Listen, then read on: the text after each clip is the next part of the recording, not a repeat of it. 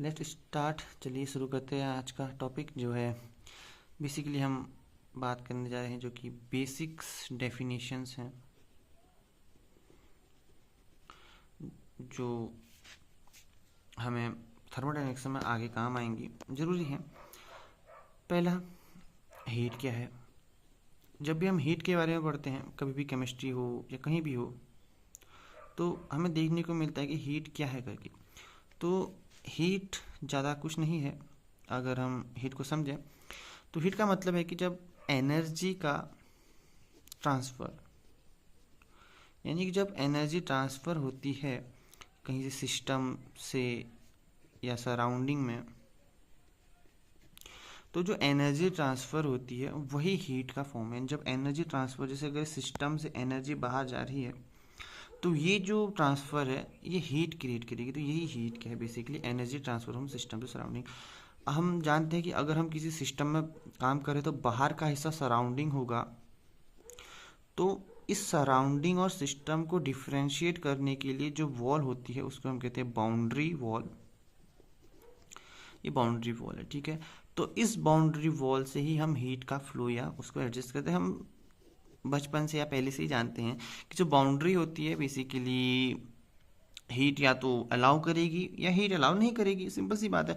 अगर ये हीट को अलाउ करती है, यानी एनर्जी को अलाउ करती है, हीट अगर अलाउ करती है तो ये कहलाएगा क्या कहते हैं हम इसको, डायाथर्मिक। ओके, ये कहलाएगा डायाथर्मिक। और अगर ये अलाउ नहीं करता, तो हम कहेंगे कि ये क्या है, एडियाबैटिक। एडियाबैटिक है।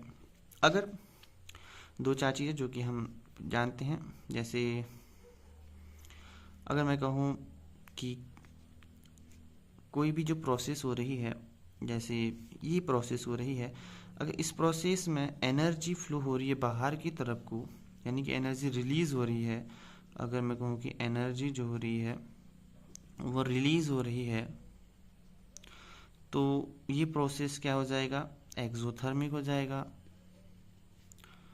रिलीज़ का मतलब कि हीट यहाँ से निकल रही है, ठीक है।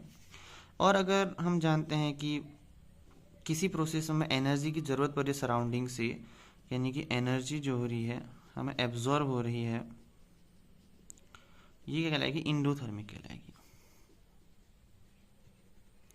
यानी इंडोथर्मिक प्रोसेस करेंगे क्योंकि हमें हीट की क्या हो रही है, ज़रूरत हो रही है, क्योंकि हीट यहाँ पे हमें चाहिए, बाहर से हमें एनर्जी का ट्रांसफर चाहिए सराउंडिंग से सिस्टम की तरफ। और हम पहले ही पढ़ा है तो टेम्परेचर को जानते हैं। टेम्परेचर का मतलब मॉलिक्यूलर का काइनेटिक एनर्जी होता है बेसिकली। काइनेटिक एनर्जी ज़्यादा है तो उनके बीच में टेम्परेचर ज़्यादा होगा, नहीं है तो कम टेम्परेचर कम होगा, ठीक है।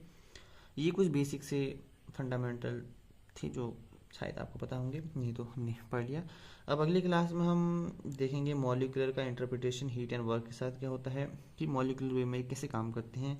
फिर डेफिनेशन ऑफ एनर्जी या हम इंटरप्रिटेशन क्या करेंगे, इंटरनल एनर्जी का बात करेंगे। फॉर्मुलेशन ऑफ फर्स्ट लॉ के बाद हम जाएंगे जनरल एक्सप्रेशन, एंड फिर ये expansion of the constant pressure, reversible expansion, isothermal expansion, यहाँ तक जानने की कोशिश करेंगे अगली क्लास में। कृपया पढ़ के आइए। मिलता है, तक बाय।